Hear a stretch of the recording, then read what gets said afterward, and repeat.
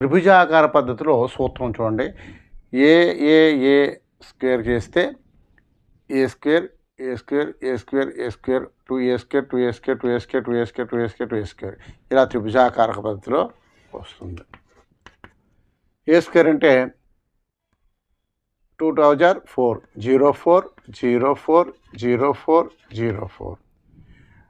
2a square అంటే 8 08 08 08 08 08 08 4 8 12 2 1 carry 16 plus 1 17 1 carry 9 9 plus 4 13 1 9 4 answer.